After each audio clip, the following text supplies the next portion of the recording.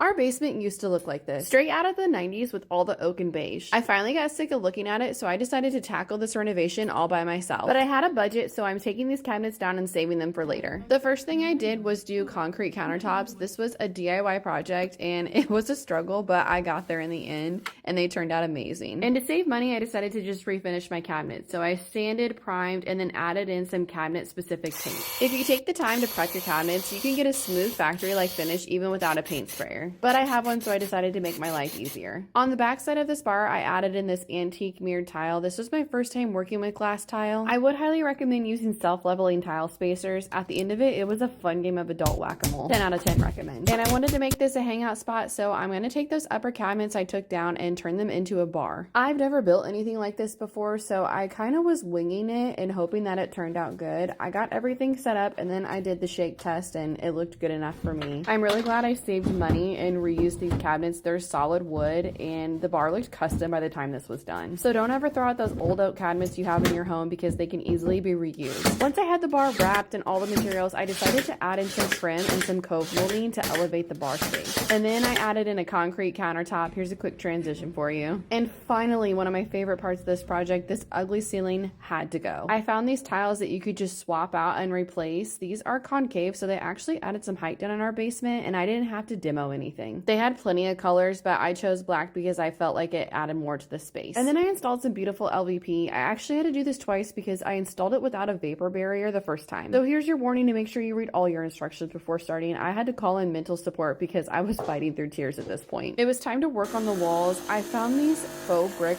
panels. They're like a 3D texture and I wanted them to look as authentic as possible. So I ended up cutting all the edges to do this cookie cutter method so they looked like real brick. This isn't necessary, but I do feel like it made the brick look more authentic. And then I spent about 2 weeks grouting my life away between every single brick. Yes, this was a lot of work, but oh my gosh, did it make it look so good. I finished about 3 audiobooks in this time. Okay, hang in with me because I'm about to show you the final reveal. Here it is. This is the finished bar space. I absolutely love how this all turned out. I did somehow convince myself that this project would only take me about 3 or 4 months, and in the end it took me close to 10. There are some things I miss showing, like the floating shelves I built and all the trim along the walls, but it's hard to cram 10 months of work into one video. Our basement is no longer stuck in the 90s and it's become the perfect spot to have all our friends come over and hang out. So what do you think? Would you try this in your home?